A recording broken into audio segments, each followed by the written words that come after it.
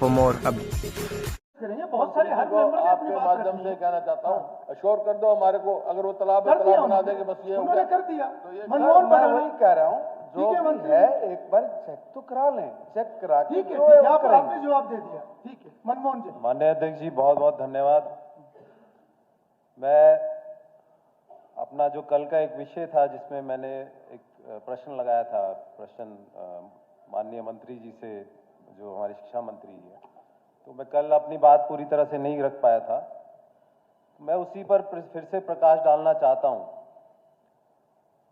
माननीय अध्यक्ष जी, समाल हल्के की अगर मैं बात करूं तो वहां अगर सरकारी स्कूलों का प्रति वर्ष पिछले साल का जो गत वर्ष का खर्चा है 229 करोड़ के लगभग है, और मैं समझता हूं कि पूरे हरियाणा में ये अगर हम 90 से मल्टीप्लाई करेंगे तो कम से कम 20-1 करोड़ रुपए खर्चा है। मेरा ये मानना है कि जहां इतना खर्च होता है हमारे बच्चों पर, पढ़ाई पर, तो उनकी एक जवाबदेही भी होनी चाहिए कि हमारे बच्चे यहाँ से जो पढ़कर जा रहे हैं वो आगे कितने सफल हो रहे हैं अपने जीवन में, कितने बच्चे ग्रेजुएट हो रहे हैं, कितने डॉक्टर इंजीनियरिंग कर रहे हैं, क्योंकि ये बेस है, फाउंडेशन है हमारे आगे भविष्य की। बच्चे हमारे राज्य के, हमारे देश के भविष्य है, और अगर इनकी पढ़ाई लिखाई सही ढंग से होगी और सही तरीके से होगी तो मुझे लगता है हमारे जो है ना राज्य की तरक्की होगी, देश की तरक्की होगी। मेरा एक छोटा सा इसमें सुझाव ये है कि बहुत सारे स्कूल ऐसे हैं जहाँ बहुत ही कम विद्यार्थी आते हैं, लेकिन खर्च उनका बहुत ज़्यादा है, कुछ वहाँ पे जो है टीचर्स भी ज़्यादा हैं और सही से रख रखाव नहीं हो पाता कम विद्यार्थी होने की वजह से। तो मैं माननीय मंत्री जी से आग्रह करूंगा कि ऐसा कोई प्रावधान लेकर आए जहां पर बड़ी संख्या वाले स्कूल हों, जैसे पीएम श्री या आरोही या कस्तूरबा जैसे स्कूल है, और उसमें एक ट्रांसपोर्टेशन की व्यवस्था की जाए। जिस तरह से प्राइवेट स्कूल आप देख रहे हैं हर शहर में सिर्फ बसें ही बसें दिखती हैं बच्चों को ले जाने और लाने के लिए, तो क्या ये प्रावधान हम अपने सरकारी स्कूलों में नहीं कर सकते? उससे व्यवस्था अच्छी बनेगी। कई स्कूलों में चौकीदारों की जो समस्या है, नहीं आ पाते हैं, कहीं साफ सफाई की व्यवस्था नहीं बन पाती है।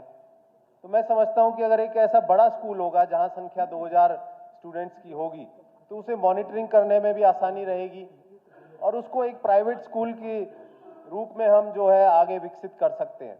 जिस तरह से प्राइवेट स्कूल्स अपने एलुमनाई का भी ध्यान रखते हैं कि भाई फला आदमी हमारा आज यहाँ पहुँच गया, हमारे यहाँ से इतने आईएएस बने, इतने आईपीएस बने, इतने आईआईटी में गए, इतने एनआईटी में जो हमारे विद्यार्थी उत्तीर्ण हुए हैं, तो क्या ये कल्चर हमारे सरकारी स्कूलों में नहीं आ सकता? जब एक समान हमारे सरकारी स्कूल और प्राइवेट स्कूल एक समान होंगे तो ये जो गैप है, जो हमारे हिंदुस्तान में एक बहुत बड़ा गैप है कि भाई गरीब आदमी सरकारी स्कूल में जाकर शायद आगे नहीं बढ़ पाता है और पैसे वाले लोग प्राइवेट स्कूल में जाकर आगे बढ़ पाते हैं, तो इस गैप को कम करने में आसानी होगी। माननीय अध्यक्ष जी, इसके साथ साथ मेरी एक और मांग है माननीय शिक्षा मंत्री जी से। स्पोर्ट्स पर हम बहुत ध्यान देते हैं और हमारा राज्य हरियाणा इसमें अग्रणी है।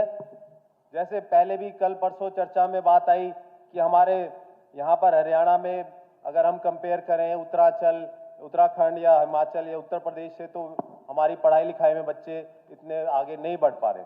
लेकिन साथ ही साथ अगर हम खेलों की तरफ ध्यान दें तो हमारे खेलों में हमारा हरियाणा नंबर 1 है, चाहे वो ओलंपिक्स की बात हो, चाहे वो एशियन गेम्स की बात हो, कोई भी गेम की बात हो। तो मैं ये चाहता हूं कि हर हलके में जिस तरह से राय स्कूल ऑफ स्पोर्ट्स जो सोनीपत में बना हुआ है, उस तर्ज पर हर हलके में एक ऐसा स्कूल खोला जाए जहां 2500-3000-4000 हजार बच्चों की संख्या हो और स्पोर्ट्स के लिए ही वो एफिलिएटेड हो। ज्यादातर स्पोर्ट्स पर ही ध्यान दिया जाए, क्योंकि माननीय अध्यक्ष जी, मुझे याद है बचपन में जब मैं या स्कूल टाइम में जब मैं मॉडर्न स्कूल दिल्ली बारखम्मा में पढ़ता था, तो हमारे स्कूल की टीमों को जो सबसे ज्यादा जो डर लगता था, तो राय स्कूल ऑफ स्पोर्ट्स की टीम जो हमारे स्कूल में आती थी, तो हमें लगता था कि हाँ कोई बढ़िया टीम जो है हमारे से मुकाबला करने आ रही है। तो ऐसा स्कूल जो हरियाणा का, जिसने पूरे हिंदुस्तान में अपना परचम लहराया है, क्या हम इसको आगे नहीं बढ़ा सकते? क्या हम इनकी और ब्रांचेस नहीं खोल सकते? क्या है, मैं चाहता हूं कि हर हलके में हमारे जो है एक ऐसा स्कूल खोला जाए। और इसके साथ एक बात और छोटी सी कहूंगा कि हमारी संकल्प पत्र में जो हमने बात कही थी कि हर महिला को हर माता को जो है 2,000 रुपए देने वाली बात। मैं अपने अगर हल्के की बात करूं, अगर मुझे ये प्रोविजन मिल जाए कि 2,000 आप ना लें और आपका बच्चा एक ऐसे राय स्कूल ऑफ स्पोर्ट्स में अगर पढ़ाई करने या कर सकता हो और उसे एडमिशन मिल जाए, तो मुझे लगता है बहुत सारे लोग इसके लिए ऑप्शन रखेंगे नरेश और सेमवाल। बहुत अच्छा इसमें जो है ना बच्चों का भविष्य संवरेगा। बहुत बहुत धन्यवाद जी। धन्यवाद स्पीकर सर, आपने मुझे शून्यकाल में बोलने का समय दिया। मैं आपका ध्यान हरियाणा इसके अलावा सभी को मेरी तरफ से होली की बहुत बहुत शुभकामनाएं।